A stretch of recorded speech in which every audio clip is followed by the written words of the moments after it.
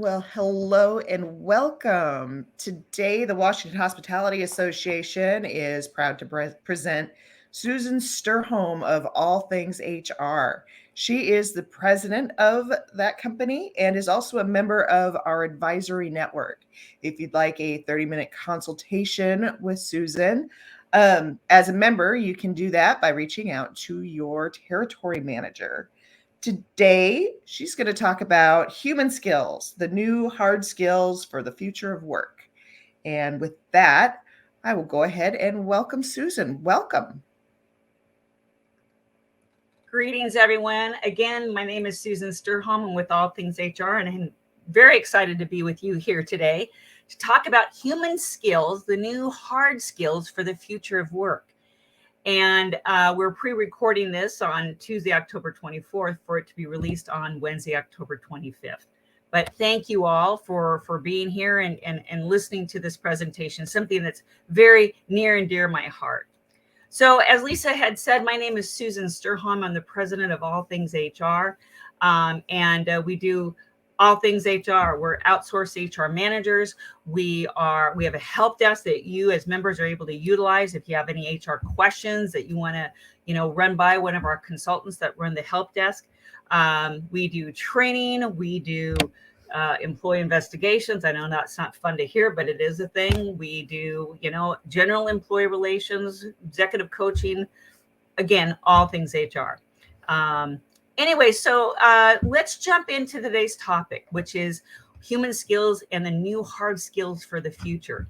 And my first question I'm sure people get nowadays is, what are human skills and why are they important to have?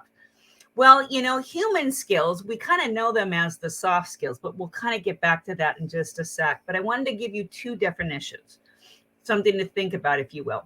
Definition one is the skill is the ability to work well with other people individually and in groups. And definition number two is a little bit of expansion on that, which is this is the ability to interact with other people successfully. A manager must be able to understand, work with, and relate to both individuals and groups to build a teamwork environment. The proper execution of one's human skills is often called human relations. So this is what human skills are. And I think as I share that definition with you, I think in your minds, probably you've had a couple people pop it to mind. Somebody who you've either worked with them or you've observed them, who are just really good with people. They're great listeners. They're great. They interact well. They're able to explain to other people what they think they heard and provide good input and insight.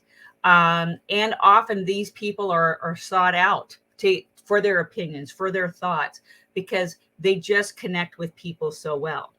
And on the other hand, I'm sure as I'm talking about this, you're also thinking to yourself, I know who doesn't have good human skills. We all know those managers out there who don't have that ability to connect with people, to talk with people. They usually aren't well liked by those who work for them or with them because they just don't have, they're just not a people person. A lot of times you hear us say that they're just not a people person.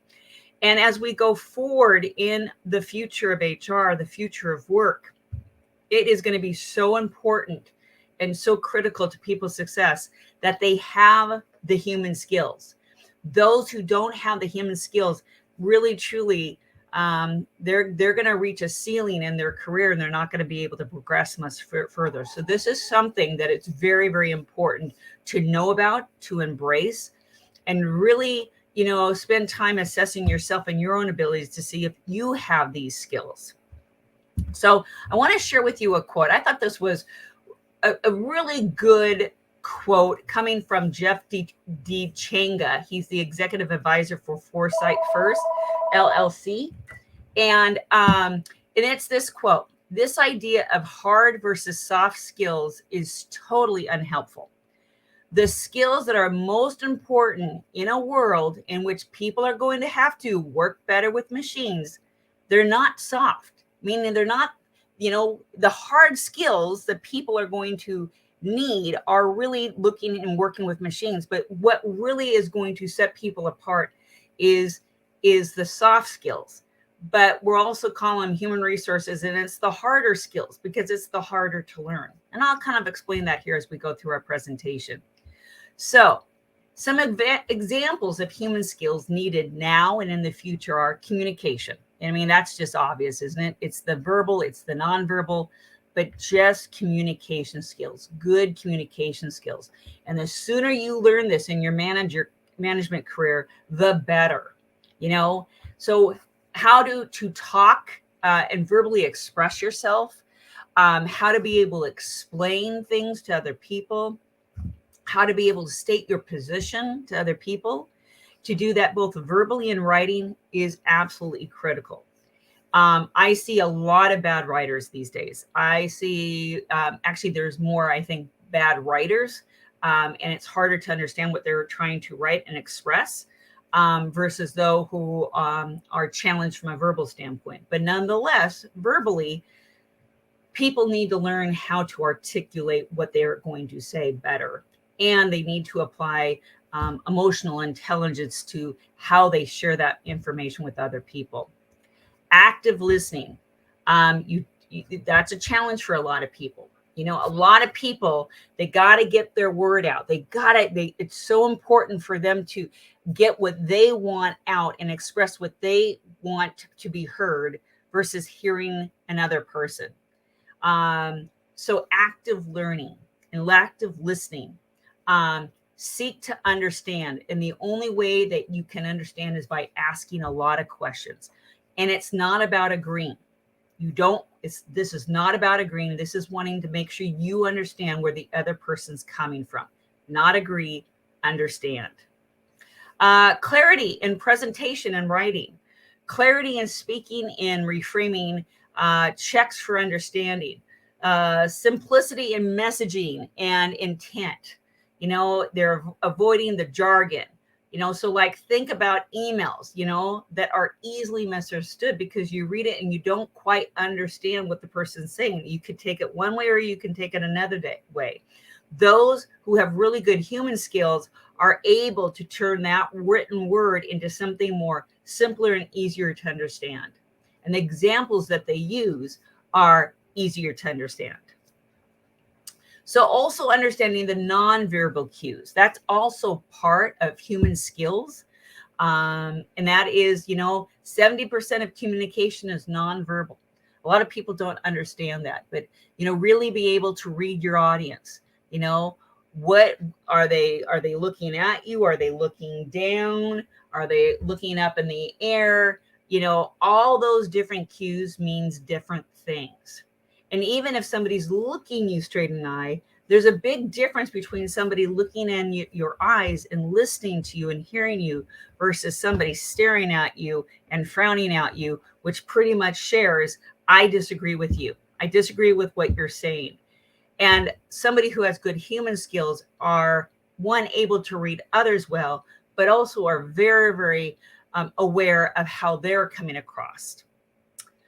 Body language, you know, does the body language say open or closed? I know for me, I'm a cold person. I'm just always cold. So I'm constantly going like this. I'm constantly, you know, hugging myself to keep myself warm. But that actually can send the message to other people that I'm shutting down. I'm closing the door. I'm not interacting in the conversation. So a lot of times what I have to do is I have to say, oh, you know, I'm so sorry. I'm just so cold. So please don't take this as me not listening to you. I'm just very, very cold. Being able to have that social awareness, that human skills, emotional intelligence to share with people maybe what you're doing non-verbally and with your body language is not necessarily the message that you want to share. So being very thoughtful about that, right? Eye contact, we just talked about that. But it's, you know, in Zoom meetings like this, it's hard. I still am a huge proponent that when you have a difficult message you need to share with an employee or coworker, do it in person if at all possible. But unfortunately, again, in today's world, that's not always an option. I have to have one of these conversations this week where I'm I'm going to have to do it by Zoom, not by in person. I'm just really not happy about it because I'm pretty sure my message is not going to come across the way that I want it to. And then just general movements and gestures. What are people doing with their hands? Are they fidgeting a lot? It could be a sign that they're, not listening. They're getting tired of the subject. They're wanting to move on. And sometimes it's not necessarily calling people out on that. It's just saying, you know what, let's take a 5-minute break or a 10-minute break and come back and finish this discussion. People who have good human skills, they keep an eye on those things and they allow for breaks when breaks are needed, whether they are expressed verbally or not. So continuing on, here are some other core skills that are needed. Empathy, right? I feel empathy is missing a lot in our today's world. I really do.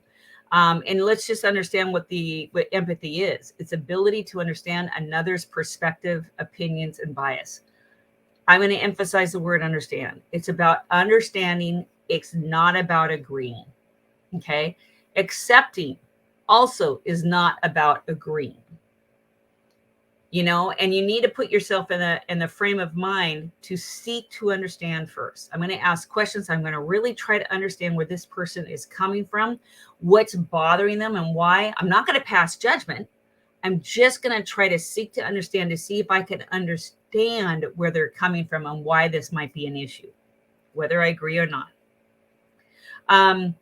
And so that's that suspend judgment part and concentrate on understanding others' feelings and viewpoints. Self-awareness. I find that some people have great self-awareness and how they come across, and others do not. A lot of times it's self-awareness when it comes to apologizing, right? You can tell when somebody genuinely feels bad about something and they're apologizing for it versus somebody who doesn't. I'm dealing with a situation with another client with a CEO that has this problem.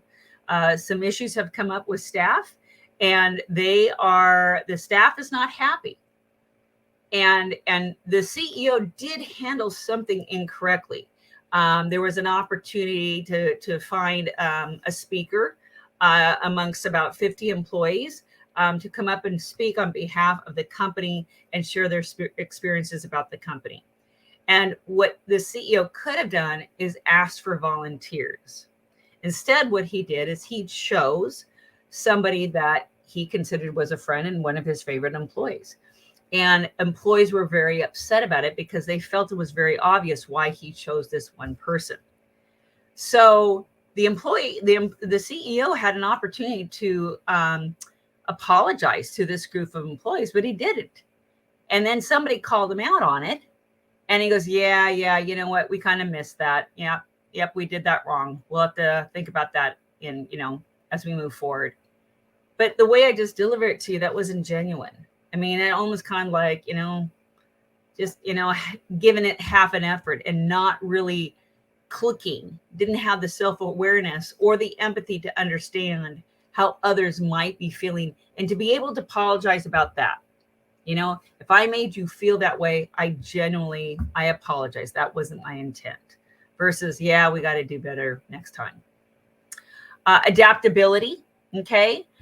Being flexible to adapt to unexpected challenges or changes, and the ability to deal with ambiguous problems and situations. Again, goes back to the self-awareness. Sometimes it's not about how you feel. And if you think something is important or not, it's about what the other person thinks or feels. That you have to connect with to understand, but again, not agree with. Collaboration and teamwork, right? Open to others' ideas and supportive of the other work. And how do we know that you are open to ideas? It's because you ask questions. You ask clarifying questions. It's in your tone of voice. Well, tell me more about that. So how would that work? Or how would that look? How would we implement that? When you ask a lot of clarifying questions, that means, one, you're listening, you're engaged, but you're really taking it to thought. You're really processing what the suggestion, what the idea is. And in the moment, right then and there, you don't necessarily always have to make a decision, but you can also come across as, that's good information. Thank you. I'm going to have to put some thought into that. And that is somebody with strong human skills. That's how somebody with strong human skills come across. Okay. A couple of other things, coaching, the ability to draw out the best in others, listen, empower, and guide. Go back to coaching. Think about our Seahawks and Mariners. It's coaches go in there and help those individuals be the best they can be, and they're giving them constant feedback on what they can do different or better. Trust building. This is something else we miss a lot in leadership, in management, is trust building. A lot of times we go into situations thinking we are owed trust, that employees need to trust us. If they don't trust us, we're not going anywhere. We can't do anything. And that's all true. But we miss the important piece, is that we, as leadership and managers, we have to earn that trust. Trust is not given, it is earned. And so when we go into situations, we need to be in the mindset of, I need to earn my employees' trust. I need to earn the trust of my executive team, right? And we do that by creating safe environments for all, authentic, compassion, integrity, and honesty, where people can talk respectfully to one another. And again, we don't have to agree. We don't. We can all come from different points of view. We might not be able to come to consensus this first time, but we're going to work on how we can come to consensus. Okay. And then, of course, leadership, understanding what leadership is. Follow me, I know the way. Here, watch me do it. I can do it. And so I will teach you how to do it. Leadership is about motivating, influencing. It's about vision versus control, right? Vision. This is what I see. And I really want to be a good communicator and share with you what that vision is, so you understand where I want us to go, versus controlling the situation. If you're someone that's black and white, you need everything to be done in a certain way, that really is not going to help you when it comes to being a good human skills leader. Okay. It's all about focusing on the people instead of the systems. The systems are important, but you start with the people first, about understanding the people. What do the people need? Not you. What do the people need? Okay. So all this is what comes into making somebody strong with human skills. Okay. And I love this little diagram. It kind of shows you all that it incorporates. It incorporates emotional intelligence, it motivated learners. We want to constantly be learning mode. We want to be having learning and experiences that we share with others. We seek to understand, all this, compelling ideas, feed engaging learning experiences. All this incorporates into human skills. And, there's this kind of philosophy as we look into the future. Those with the human skills will be the success stories of our future. Okay. So with that, it kind of leads me into why the increased need for human skills.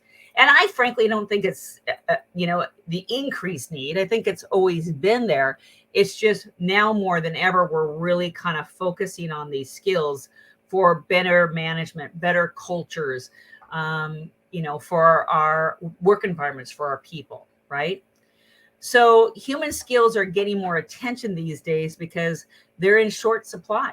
Not everybody has these skills. And this Price Waterhouse survey that was done about for a CEO survey, about 77% of the respondents believed that the biggest threat to their businesses stemmed from undeveloped soft skills. So as the workplace becomes more automated, which is going to happen, right? I got to tell you, much to my dismay, because I think we're taking the human out of human resources, people resources.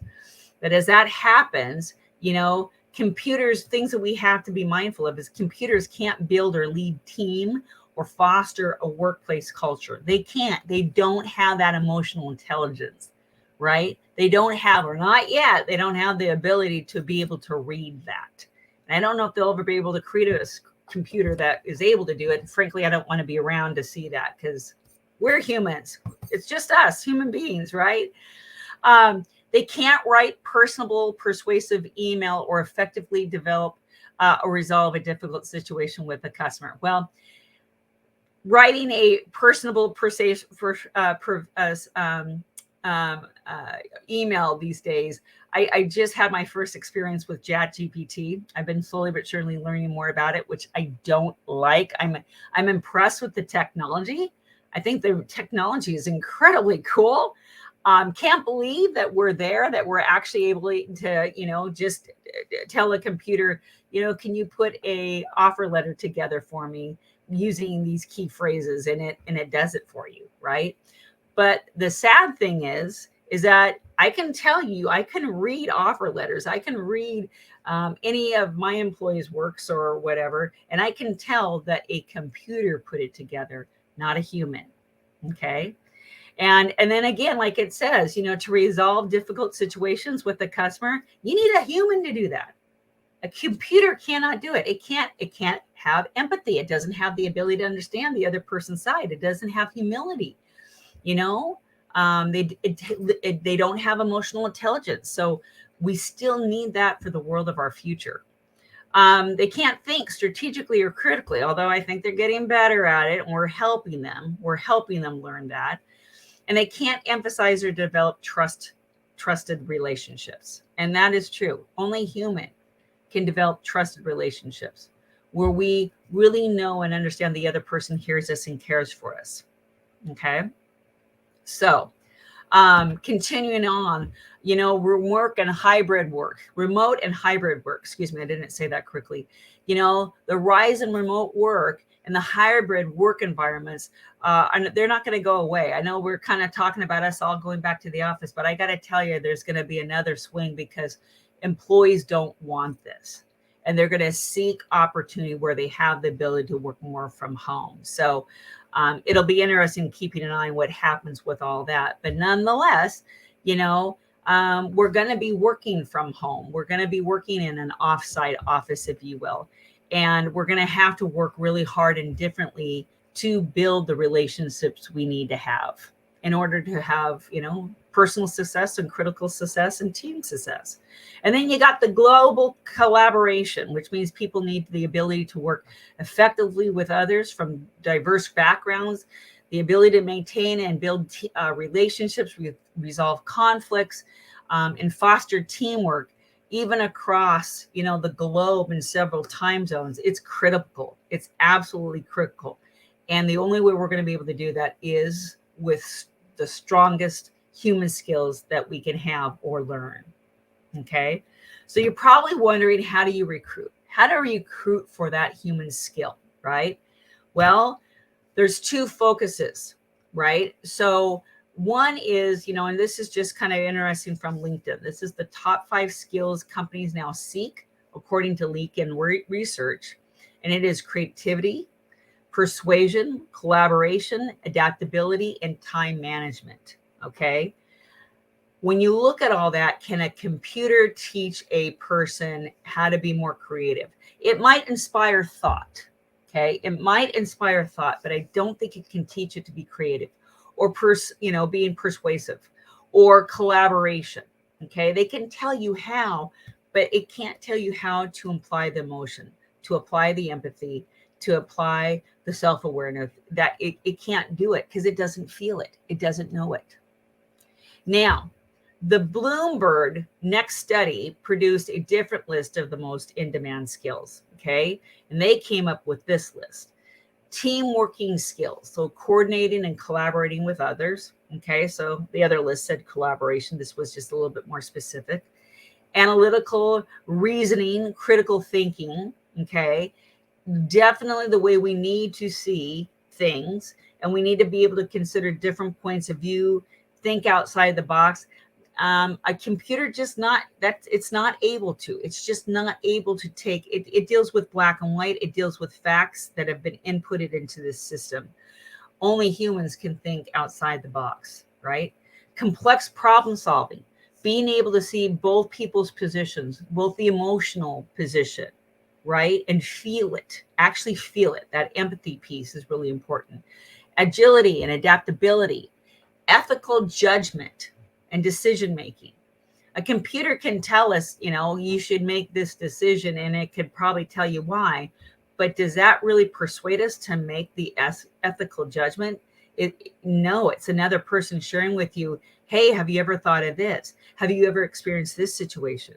You know, do you understand that if you take it this way, this could happen? So our computers are just not there, that they miss that human skills piece. Okay.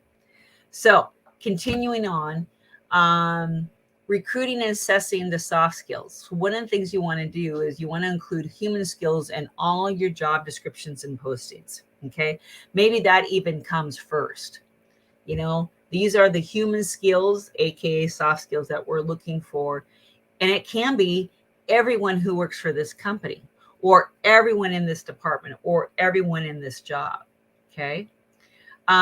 Use supplemental questionnaires, which ask questions. We do that on this end at All Things HR. We use it for our recruiting team, always is using supplemental questions, because we're looking for how people respond in writing to how they respond verbally. And is it consistent? Or a lot of times we see something written that's completely different than what is spoken. And that's something for consideration. Okay. Always ask for a sample, when you're in the recruiting process of people's writing skills. That's one of the reasons why cover letters are so important. But more and more a day, people are using ChatGPT to write their cover letter, and you can tell.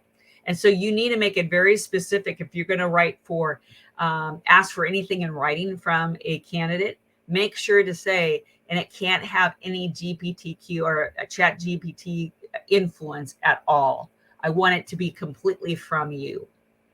And, even if it's imperfect and it doesn't flow, I still want to see what you can write versus a computer.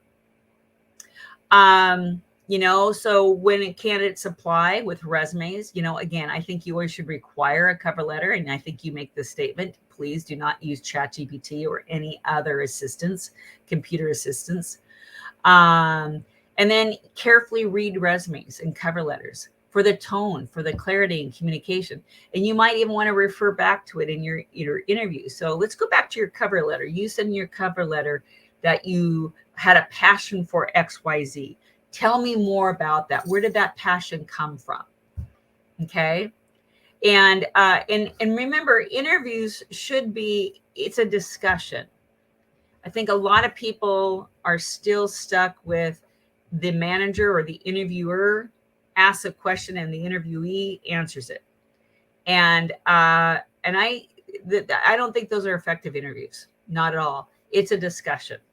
Go in there as if, in your head, I would want you to have an agenda and talking points that you would want to cover. But as you're coming across to the candidate, it's a discussion. It's a conversation. It's discussion. I want to get to know you better. I always like to not, sit at a desk or across each other, either sit at a table where we're both having coffee and talking, but it's setting the environment to make it as comfortable as possible so somebody can relax and be who they are, and you can see who they are versus having them set up and be prim and proper and be on their very best self, which is probably the person that you're not going to see every day.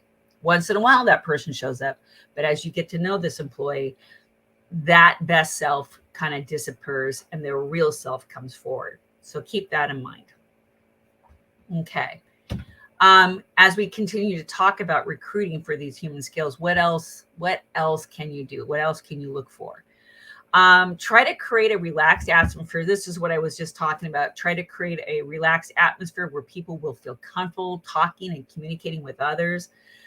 Start with the small talk, hey, so how was your drive up here? We certainly don't want to ask how they got there.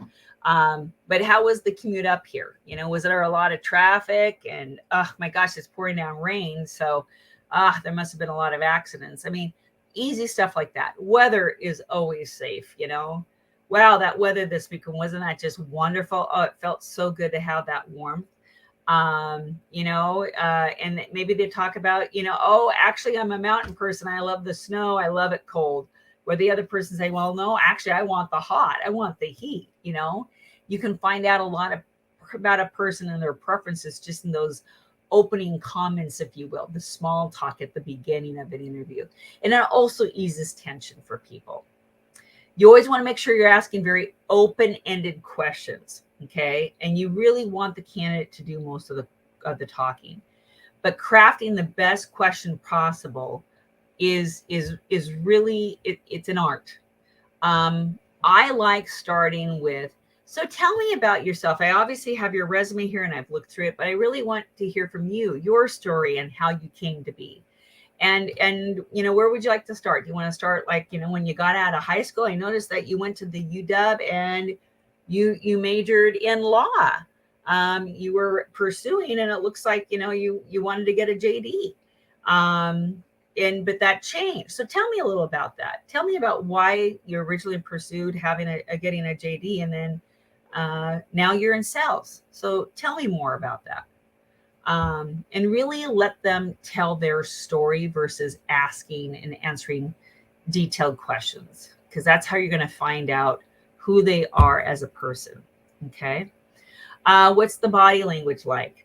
Some people are fidgety and they're moving all over the place.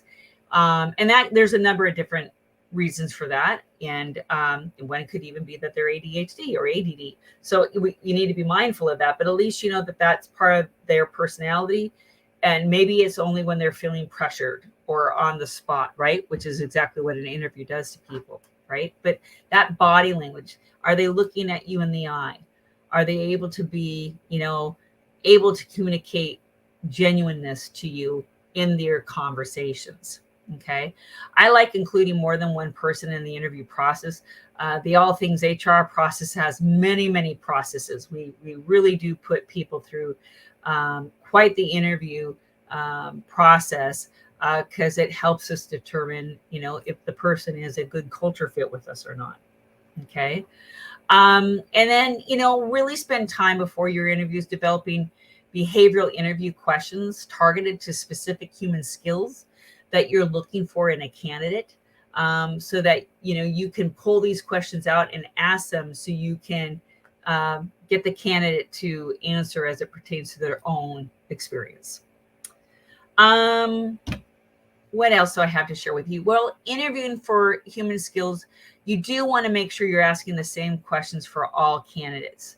And I would say it's the basic question, because obviously as a candidate is answering, it's their personal experience and it kind of bridges down.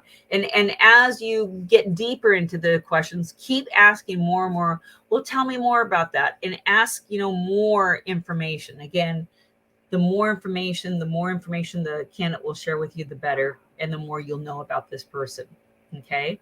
There's another technique that we like encouraging and sharing with people who, do interviews. It's called the STAR technique. And that's to help you probe into answers with your candidates, especially those who don't elaborate. So the S stands for situation. Ask them to describe a situation at work that relates to a human skill. T is for task. How they were involved in how were they involved in a particular situation, right? Maybe it was a really bad customer service experience. Maybe it was a scary situation. Gosh, the most scariest situation, the situation that you found yourself most afraid in at work, in your work environment. Tell me about that and how you experienced that. Action, what action they took to resolve the situation. So you're in this scary situation, you're feeling threatened. What did you do? How did you handle it? Some people might say, I just froze. I didn't know what to do, and I didn't feel it was my place. We had a manager with us, and I was really just watching the manager and their body language. But I was frozen. I couldn't do a darn thing. That's telling of somebody.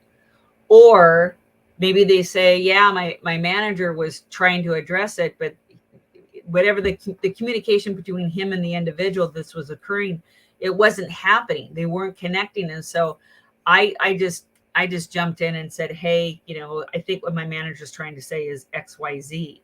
So there's somebody leaping in and trying to take control of the situation. It could be, or just assisting, and they ended up taking control. So those are things you have to process and think through. But nonetheless, what are you looking for when you ask that question? Okay. And then the last one is result. What is the result or outcome of their action? What happened?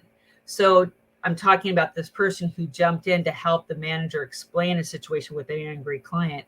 The result was, in this situation, I'm making it up, that the client better understood the position of the company, and the situation was diffused because the client understood and they didn't fight anymore. They totally didn't fight it off anymore. That's understanding that result is great, and then asking, of course, would you handle it differently? Would you have handled it differently? Now knowing what you know, would you have handled it differently? That's a great question for self-awareness purposes to ask people. Okay. So training. What type of training? What type of training should you provide to your managers, your entry-level managers, as it pertains to improving their human skills? And I'm going to tell you, this is not a one and done thing. And that actually applies to actually most training. Most training is not a one and done thing. Most training is something that you're constantly working on. Okay. And, with human skills, depending on what your budget is, but I would say at least 2 to 3 times a year, you're doing some training with your management team. That includes role plays and very thought-provoking discussion points as it pertains to human skills. So self-awareness. I can tell you can easily spend 4 to 5 hours on self-awareness. And then actually you start with self-awareness and then you apply it to the rest of the training. You always add this piece in to remind and refresh people, but you want to ask in regards to self-awareness, what are the areas where they need to develop their human skills? So 360-degree reviews are wonderful for this. Coaching, assessment, regular feedback, talking as a group, getting groups together for these discussions, managers group, and having people share with them something they like to work on from a self-awareness standpoint. I can tell you that type of exercise, when you add one of those exercises like once a quarter or whatever, you usually within a year's period of time, you see a lot of improvement with your management team. Okay. Other things to be thinking of as it pertains to training for your managers: communication skills, as a general active listening, difficult conversations, emotional intelligence, have people understanding what emotional intelligence is. What does coaching really truly look like? And what is leadership? What does leadership mean? And to be a good leader is totally different than being a good manager. And most people are either one or the other. And then you have a few people who are good at both. But just because you're good a leader doesn't mean you're a good manager. And just because you're a good manager doesn't mean you're a good leader. And that is training that all management needs to understand and go through and role play with and discuss with at least annually, if not more. And then, how do you build a strong team, a healthy team with human skills? A group of strong individuals who have incorporated their human skills into their job and what they do and into their company. So these are things that you want to think about, be mindful of. And then as we start planning for 2024, think about including this into your budgets. Okay. And just keep in mind, many managers are promoted because they have good technical skills. They know how to do the job and they know how to do the job quickly. And yay them, that's great. But really, truly, to get the most out of them, for them to be most effective, are those managers who have good human skills or the willingness to learn those skills. Those are our most successful managers. Those are the managers that make the most difference. And then I got a quote for you. Okay. I love quotes. So you're going to see them all around. But it goes back to that hard skills. Hard skills are temporary. Human skills are permanent. And that's true. Hard skills, you learn it for the situation, right? You're going to learn how to fix this computer. You're going to learn how to fix the copy machine or the assembly line or whatever it is. And chances are you use it for that situation only and then you move on. Human skills don't become obsolete. They're always there. No matter how the world changes around us, we need those human skills to get by and to succeed. And again, as I said at the beginning, those with us with the better, the stronger human skills, we're really going to be the ones to succeed and achieve our career goals. And that's why we want to work with all the managers we can to helping them understand this, to help them really see, have the self-awareness to see where their own human skills are, what's lacking, and really encourage them to want to learn and grow. Because by that, I can tell you by that, um, hey, their career is endless. They really truly have as many opportunities coming to them as possible versus the person who doesn't embrace this. And I think you all know somebody in your mind who is a manager, a leader who doesn't embrace these skills I've been talking about today. So that's what I have for you. Hopefully, I've given you some insight, something to think about and process. If you have any questions, because this is pre-recorded, if you have any questions, please feel free to reach out to me. My name and my contact information and my phone number are all right here on this slide. Love to hear from you. Love to have a conversation. If you're interested in doing any training for your teams, would be happy to talk to you about that as well. As we do a lot of trainings for management, for employees, whatever the situation may be. But do think about what I shared and do think about it as it applies to yourself as a manager, as a leader, and then of course the groups of people that you manage. What is it that we need to change? What is it that we need to do different? Chances are it's something human skills related. And it takes time to change human skills. This is not going to class and when it's done. It's not. It's changing.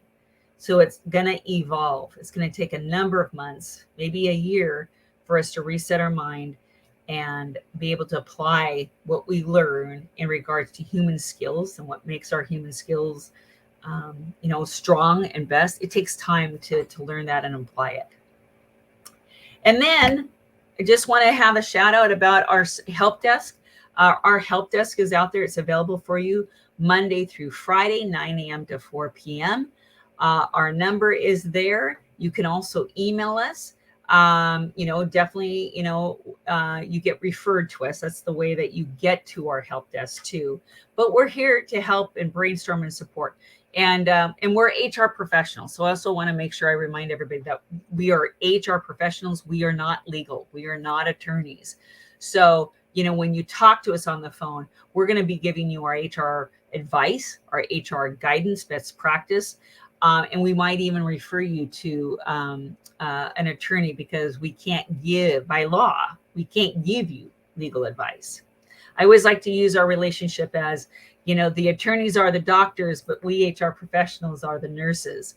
And you start with us, you call us, and we know quite a bit about the law and everything, but we also know, whereas like doctors, attorneys are the ones who can diagnose. Attorneys are the one that can prescribe medications, right?